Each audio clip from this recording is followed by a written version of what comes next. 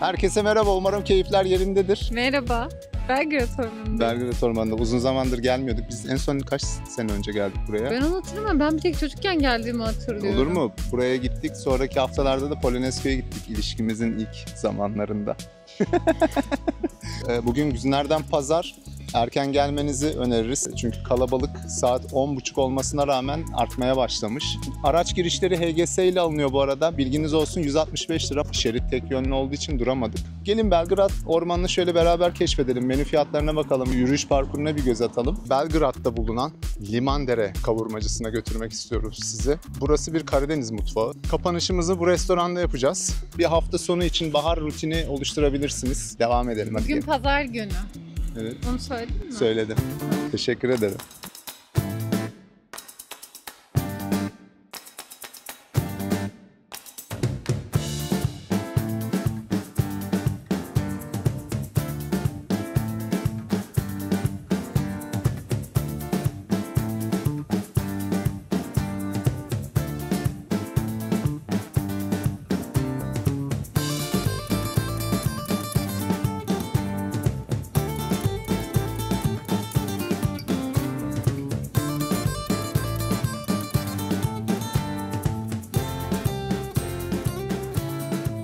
Şimdi bu yönden geldik. Arabayı da hemen şu sağ tarafta bir yer var, toprak bir yer. Biz oraya park ettik. Yol üstüne park etmedik çünkü güneş. Yolu takip ettikten sonra yürüyüş parkuruna zaten ulaşıyorsunuz. Dilerseniz yürüyüş parkuruna başlayacağınız yere, yani bu büfeye kadar aracınızı getirebilirsiniz. Bakın arkadaşlar, şu büfenin önünden yürüyüş parkuruna ulaşıyorsunuz. Sağ tarafta işte piknik alanları var. Oldukça çok geniş bir alandır. Burada farklı parklar da var. 1-2 kilometre ileride ama yürüyüş ve koşu parkuru hemen burada. Burada bir güvenlik var. Burada güvenlik personelleri hep Orada var. ateş yok yalnız, bilgin. Sadece kahvaltı yapar. Şöyle büfeler var. Burada tasmasız köpek dolaştırmak yasak. Çünkü kalabalık bir ortam. Ne olur ne olmaz. Hatta bakın şuradan size menü fiyatlarını göstereyim burada Belgrad Ormanı'nın. Evet, şurada da oturma alanları var. Bakacağım kardeşim. Sağ olasın. Fiyatlar bunlar. Tost fiyatları. İşte sandviç fiyatı. Hayatım, bir şey istiyor musun bu arada? Böyle tostu miden için hani şöyle bir kaşarlı tost servis. Hemen burada da bu büfenin oturma alanları var. Önceden yoktu bu bölüm. Sonradan yapmışlar. Şöyle geniş bir alanda oturabilirsiniz. Bakın ileriye doğru hep piknik alanları gidiyor. Mini bir market var. Şöyle market fiyatları. Burada bakın mangal ve kömür de satılıyor. Mangal 350-700 demiş, kömür 250. Yani buraya hiçbir şey getirmeden gelirseniz sıkıntı yaşamazsınız. Fiyatları da tekrar yakından çekeyim sizin için. Türk kahvesi biraz pahalıymış, 200 liraya. Türk kahvesi mi? Evet, Türk kahvesi normalde her yerde 100 lira ama burada 150-200 yazıyor. Duble 200, teki 150 lira. Fazla biraz. Şöyle bol bol güzel manzaralarla, bakın bu arkada da var. Ahşap koltuklar, banklar yapmışlar. Ara ara yollar var. Kullanılmayan bazı yerlerde sarnıçlar görebiliriz eski. Tabii su kalmamış. Önceden buralarda su olurdu şu kenarlarda. Burada bir meyve satan bir yer var. Meyve suyu. Fiyatlara yakınlaştırayım arkadaşlar. Görünüyor mu bilmiyorum ama 200-250 arası değişen fiyatlar var. Evet. 190'dan başlıyor, 250'ye kadar değişiyor fiyatlar. Burada şöyle soslar var, reçeller var. Evet, geldiniz. Domates, biber unuttunuz. Mangalın yanına hemen buradan aldınız. Biz Belgrad'da değil de başka bir yerde yapalım mangalı. Çatalca Ormanlı Köyü'ne götüreyim seni. Orası için güzel bir tanıtım yapacağım. Harika bir yerdir. Evet, burada da yine sandalyeler, masalar. Her yerde bol bol tuvalet var. Bu konuda sıkıntı yaşamıyorsunuz. Bazı yerler ücretli ama ücretsiz yerler var mı onu öğreneceğiz birazdan. Yürüyüş parkuru ileriden başlıyor. Bakın şurada dijital bir tabela var. Bu tabelalar belli aralıklarla var. İşte kaç kilometre yürüdüğünüzü gösteren tabelalar var. Burası başlangıç yeri. Saati gösteriyor. Saat 11 olmuş. Her yer derli toplu, tertemiz, çöp yok değil mi? Güzel etraf böyle. Yani çok kalabalık olmayınca da güzel hissediliyor. Şimdiki planımız ne? Ne yapalım? Bilmem, etrafa bakalım. Ne yapalım? Kaç kilometre o? 6 kilometre. Oho, 6 kilometre nasıl yürüyeceğim? Evet, yürüyüşe başlamadan önce muhakkak okuyun bunları. Birkaç tane göl var çünkü burada işte karşımıza çıkacak olan. Bazı yerlerdeki yürüyüş parkurları zorlaşıyor. Bazı yerlerde kolaylaşıyor. İşte buralar daha yokuş, daha düzlük, hafif yokuş olan yerler. Şu an buradayız. İyi yaşayın. Sağ olun. Bakın hemen spor yapacak böyle platformlar yapmışlar. Evet, yürüyüşümüze buradan devam edelim. Oldukça güzel. Hemen gözlüğümü çıkaracağım, şöyle etrafı, yeşilliği daha iyi göreyim. İstanbul'da olduğumuz sürece böyle 10 günde bir, 2 haftada bir kendimizi orman içine, yeşilliğin arasına atmak istiyoruz. Bir yerde böyle su ihtiyacı gibi, yeme ihtiyacı gibi istiyor vücudumuz onu. Seviyoruz, alışmışız. Güzel spor yapabileceğiniz alanlar var. Merak ettim. Bakın burada Karaca var. Şöyle. Boynuzları sonra yaşlandıkça dallanıyormuş ya, onu merak ettim. Çok güzel ya. Bak burada çekilmiş bir fotoğraf bu. Fotokopanla çekilmiş. Şurada da çok tatlı Bak bir not böyle. var. Gördün? Bakayım. Umarım görürüz. Evet, başlangıç noktamız. Burası da çıkış noktamız. Buradan merhaba. Güzellik seni. Tipe bak. Evet, burada hemen bir çeşme var. Yolun iki girişin ve çıkışın arasına koymuşlar. Tadına bir bakalım. Soğuk bir su. Yani evet, temiz. Temiz ve soğuk bir su. Evet arkadaşlar, bakın başlangıç noktasından şöyle başlayalım. Farklı hayvan türlerini belli aralıklarla koymuşlar ki bunları okuya okuya, keyif ala ala yürüyüşünüze devam edin diye. Burada yarasa türleri var. Pipistrellus. Cüce yarasaymış. Kirpikli yarası. Motis emerginatus. Emer ha. Kanını emer, bak söyleyeyim. Ya. Yalnız bir şey söyleyeceğim. Bizim Freud'a benzemiyor mu? Çok benziyor. Aynı Freud. Bak gerçekten yarasalar çok önemli hayvanlar aslında ya. Bu böcek kontrolü vesaire. Tohum yayılımı. Bak sivrisinek popülasyonu. Yürüyüşümüze başladık.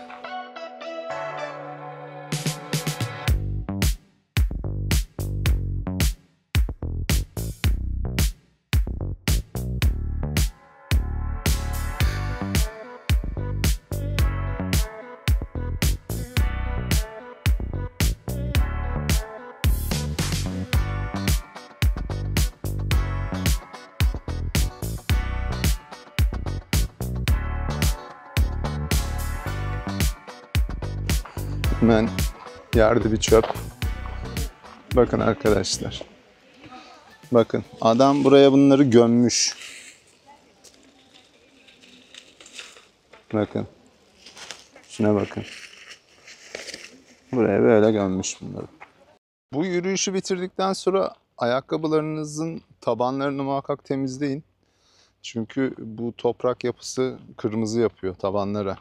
İz yapar girdiğiniz yerlerde. Böyle dar patika yollarıyla karşılaşabiliyoruz. Tabii bu yollar nereye çıkıyor o konuda bir fikrim yok. Muhtemelen çadır kamp için kullanmak isteyenlerin oluşturduğu yol bunlar. Burada yol bitiyor. Burası bir dinlenme alanı olarak kullanılmış. Bu belli. Eylül ayına gelmemize rağmen burada su görememek biraz beni üzdü. Önceden su olurdu. Bu arada bir bilgi vermek istiyorum. Ben geçtiğimiz haftalarda İstanbul dışında bir çekim yapacağımı söylemiştim. Sürpriz olsun diye ama hava koşullarından dolayı gidip çekim yapamadım. Yani gittik oraya aslında da Karasu'ya gittik. Ne yazık ki hava kapalıydı. Oradaki plajları tanıtmak istiyordum ama bu arada Karasu'da bir aydır su yok. Su vermiyorlar. İnsanlar perişan. Karasu biliyorsunuz yazın hareketli bir bölge turizm açısından. Bomboştu. İnsanlar su olmadığı için kaçmış gitmiş. Hala su yok. Yani belki 1,5 ay oldu.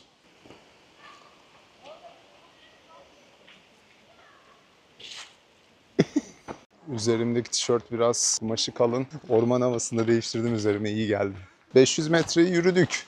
Böyle 500 metrede bir bu tabelaları göreceksiniz. Bitki türü varmış. Ne varmış burada mesela? Doğu kayını. 40 metreye kadar ulaşabiliyormuş. Yine harika bir not.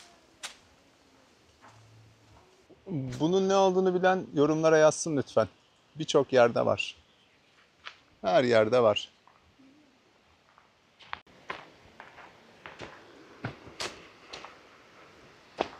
Şöyle aralara da girelim. Dümdüz yürümeyelim. Böyle bir arsa sadece. Ne kamp alanı olur burada be. Yemyeşil. Yeşilin birçok tonu var. Yeşil kalbi diyorum ben İstanbul'un, Belgrad Ormanı için. İstanbul'un da en büyük ormanı. Bir kaçış yeri olarak da düşünebilirsiniz burayı. Çünkü İstanbul biliyorsunuz her yer beton olan ve gökyüzünü zor görebildiğiniz bir şehir aslında. Belgrad Ormanı'yla biraz kasveti kırabiliyorsunuz. Kanuni Sultan Süleyman 1520'li yılların başında Sırbistan Belgrad seferinden geliyor. Döndüğünde yanında bazı Sırp köylüleri getiriyor. Sırplı köylüleri neden getirdiğine dair bir kaynak bulamadım. Ve bu alanı o köylülerle beraber kurduruyor ya da onları buraya yerleştiriyor. İsmi de oradan geliyor aslında. Yani Bizans döneminde muhtemelen Sırpların buraya getirilmesinin sebebi Bizans döneminden beri Belgrad Ormanı Marmara bölgesinin, bu civarın önemli su kaynaklarından biriymiş. Yani burada su kemerleri, sarnıçlar, bunlarla sıkça karşılaşabiliyorsunuz. Yani Osmanlı döneminden beri aslında biraz korunmuş ama daha sonra biraz özensiz korunmaya başlanmış. 1956 senesinden itibaren de mesire ve piknik alanı olarak kullanılmaya başlanmış. Yani oldukça eski bir tarihe dayanıyor. Piknik alanı olarak kullanılması bile. Yorumlarınızı merak ediyorum. Yani en çok sizi burayla ilgili ne rahatlattı, ne iyi hissettirdi? Hoşunuza giden şey ne? Evet, 1 kilometre yürüdük. 1000 metredeyiz. Burada kuş türleri var.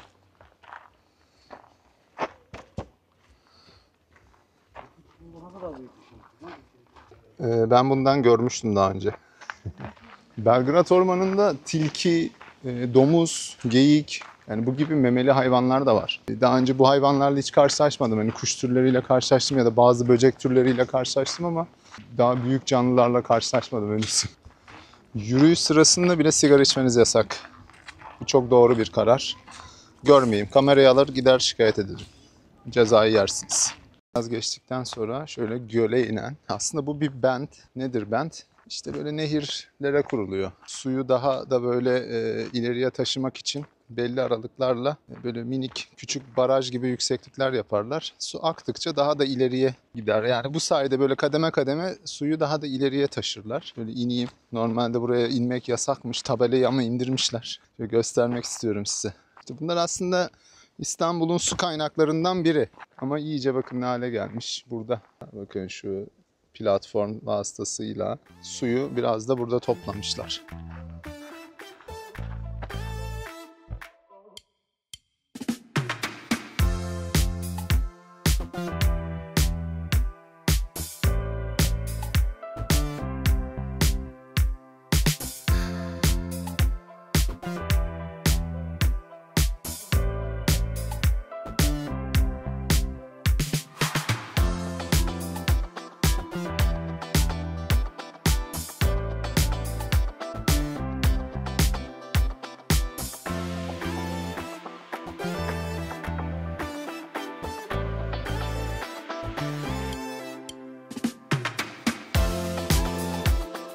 Göle her yerden böyle inişler çıkışlar var. Yolu anlarsınız zaten geldiğiniz zaman. 1,5 kilometreyi de bitirdik. Böyle her tabelanın yanına da böyle bir bilgi koymuşlar. Cam olduğu için biraz yansıyor. Şurada bir kurbağa var. İleriden bir yerden resmen böyle bir müzik sesi, eğlence sesi falan geliyor. Yani ormanın içine kadar yansıyor ses. Evet, yılbaşında bazı yani seyyarlarda falan satıldığını görürsünüz bunun bolca. Aslında bunları toplamak yasak. Bilginiz olsun. Yürümeye devam ettikten sonra yine şöyle bir tabelayla karşılaşıyoruz. Buradan başladık. Şu an yaklaşık 2 kilometre yürüdük. Bu kısımdayız. Burada Irmak Tabiat Parkı var. Yine önceden yoktu buralar. Sonradan yapmışlar. Şöyle minik büfeler, kafeler.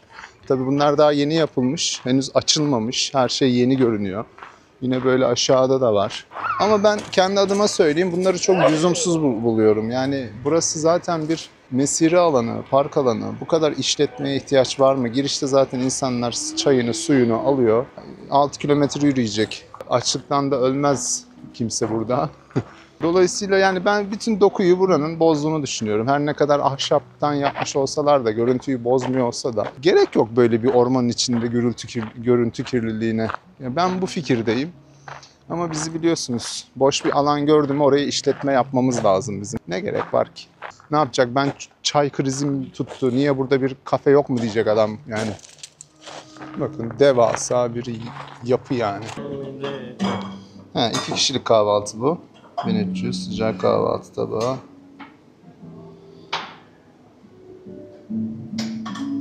Evet, şurada QR kodu okutabilirsiniz arkadaşlar. Ritüel. Ne zaman açıldı burası? Sanki önceden yoktu. Ben böyle birkaç... yeni açıldı. Yeni, tamam. Teşekkür ederim. Kolay gelsin. Buram buram zaten vernik falan kokuyor, cila kokuyor. Menü fiyatlarına baktım da Canişkom. 2 kişilik kahvaltı 1300 lira. Kahvaltının içinde yani 8-10 parça bir şey var. Evet, geldiğimiz yol burası. Hemen sağınızda kalacak. Gölgelik alanlar var. İnsanlar çayını çorbasını almış. Bir tane çocuk parkı yapmışlar buraya. Su var mı diye baktım da evet su yok. Ben oradaki toprak yolu görmedim ya. Burası parka açılıyor. Parkın yanında da şöyle küçük ahşap bungalovlar yapmışlar. Bunlar ne için kullanılıyor? Onu bilmiyorum. Onlara bir bakalım. Gelin. Evet bunlar çocuk gözlem evi arkadaşlar. Çocuklarınızı, bebeklerinizi güvende tutmak için koyabiliyorsunuz oraya. Evet biz yürüyüş yoluna devam etmek için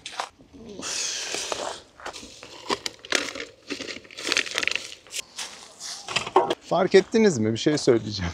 İşletmelerin ve çocuk parkının oraya gelene kadar tek tük çöp gördüm. Ta ki buraya gelene kadar işte. Hemen çöp oranı artmaya başladı.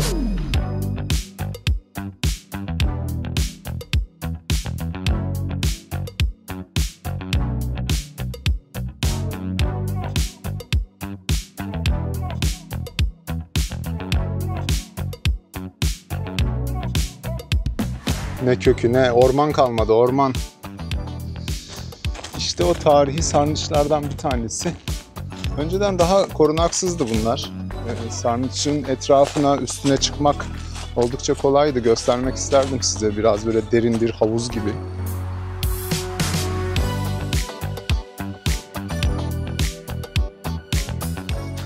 İçinde böyle belli basamaklar, kademeler vesaire var. Şu an iyice koruma altına alınmış.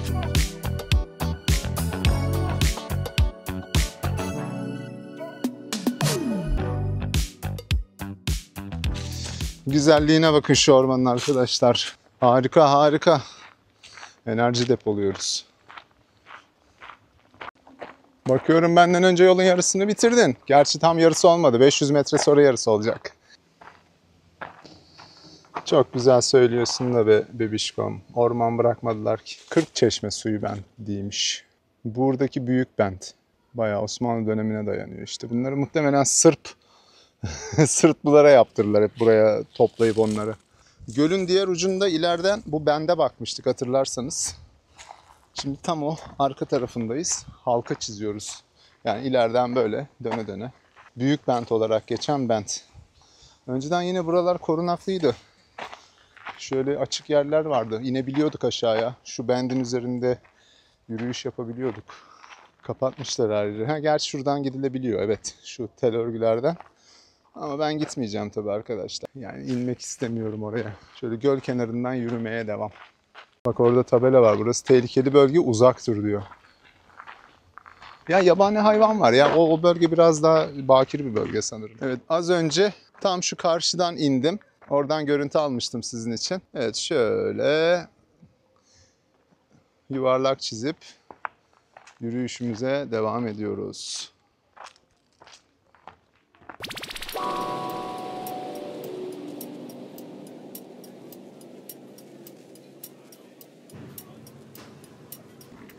Bu arada Karasu'da hala su yok değil mi? Yok, annem yok demişti en son. Ne kadar oldu? 1,5 ay oldu mu? Oldu. Oldu değil mi? Belki daha fazla. Bir de elektrikli araç istasyonları koyuyoruz diye övünüyorlar mı Karasu'ya? kendileri için aslında. Ya Halk kimin için umurunda? Halk su derdinde işte. Yani 3 kilometreyi bitirdikten sonra Kızıl Sincap'la ilgili bir bilgi çıkıyor karşımıza. Meşe palamutlarını toplamayın. Bu sevimli şeyin gıdasını elinden almayın. Görmüyoruz ki şöyle işte kızıl geyik, sincap, domuz. Bir tane canlı gördük. O da tavşan. Burada. Bak tavşan. Foşur foşur su akardı. Bakın artık şöyle minicik silme. İncecik. İp gibi akıyor artık yani. Tazyik yok. Hiçbir yerde su yok. Büyük bir su sıkıntısı ülkemizi bekliyor. Kalabalık yürüyüşlerde yollar biraz tozabiliyor. Sevgisini göstermek için başka bir canlıya zarar veren nesil. 3,5 kilometreyi bitirdik. Bilseydim inmezdim göl kenarına. Gerçi ben görmedim. Görseydim sizi rahatsız etmezdim. Az önce bir şey diyordun kuşla ilgili. Gölde su kalmadığı için oralarda. evet. Hayvancağız ne yapacak ki orada? Bebeklerine nasıl bakacak orada? Göçmüştür çoktan değil mi? Tabii canım gitmiştir çoktan. Bakın ayakkabılara iyice kızardı. Bunlar da öyle. Yıkayınca geçiyor ama merak etmeyin.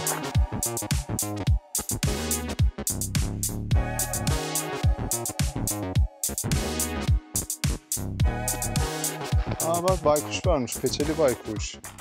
Senin sesine kurban olayım ben. Güzel. Çok tatlı. Yalnız 1 metreye kadar da hani bir tanesi yerinden çıkmış, yaşlanmış artık. Yalnız ben şeyi anlamaya çalışıyorum. Ormanın içindeyiz. Tamam su az ama su niye simsiyah? Niye bu kadar pis? Yani bunun sebebi nedir? Yapraklar belki karartmış olabilir diyeceğim. Ya içinde yaşayan canlılar da var. Evet son 1 kilometremiz. Hemen şuradan şöyle yürümek yerine buradan kestirme gitmeye karar verdik. Çünkü Tuğçe Hanım birkaç gündür rahatsız.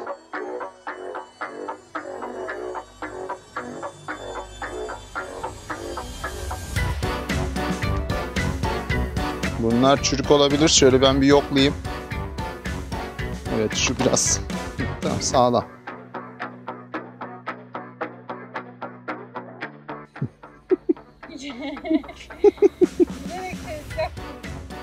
Tezgah kuruyordum, o kuruluydu orada.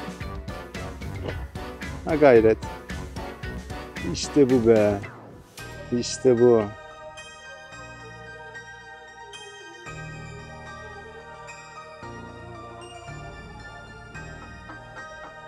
Ve 1 kilometre kopya çekerek yürüyüşümüzü bitirdik. Oldukça büyük bir alana yayılmış piknik alanları. Yani burayla ilgili üzüldüğüm şey su kaynaklarının tamamen azalmış hatta bitmiş olması. Buna çok üzüldüm. Gerçekten Türkiye'yi büyük bir su sıkıntısı bekliyor. Bazı belediyelerde başladı hatta bu.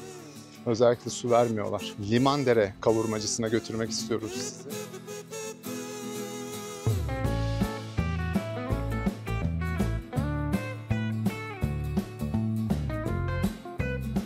Belgrad Ormanı'nı 5 dakika çıktıktan sonra bu gördüğünüz ana cadde üzerinde su kemerlerini biraz geçince Limandere kavurmacısıyla karşılaşıyorsunuz. Menü fiyatlarını da göstereyim size. Evet. Bu menüye şeyden dolaşabilirsiniz, internetten dolaşabilirsiniz. Evet, bakın şöyle manzarasını da göstereyim arkadaşlar size buranın. Güzel bir mekandır. Havadar, ferah. Bugün pazar olması sebebiyle sakinliği var. Görsel halini göstereyim size. Kemik suyu çorbası da buranın güzel oluyor. Ben bir kere denemiştim.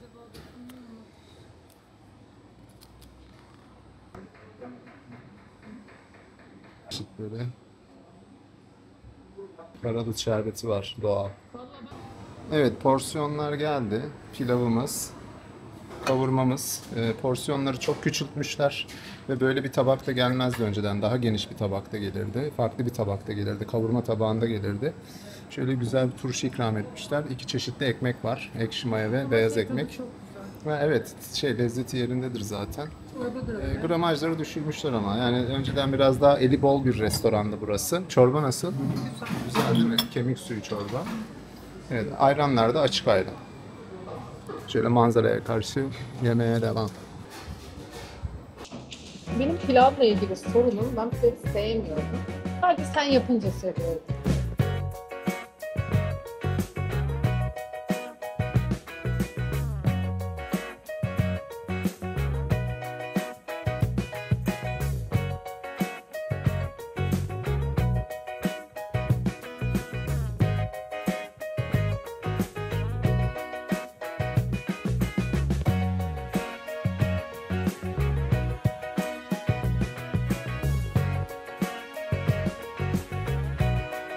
Evet, siz de bizim gibi hafta sonu Belgrad Ormanı'na gelip, hatta hafta içi gelirseniz daha iyi olur. Eğlenebilirsiniz, yürüyebilirsiniz. Sonra Limandere kavurmasına gelip yemek yiyebilirsiniz. Çorba içebilirsin. Çorba için, kavurma deyin, sonra uzaklaşın. Başka bir şey yapmanıza gerek yok. Hepinizi seviyoruz. Haftaya görüşmek üzere, hoşça kalın. Bay bay.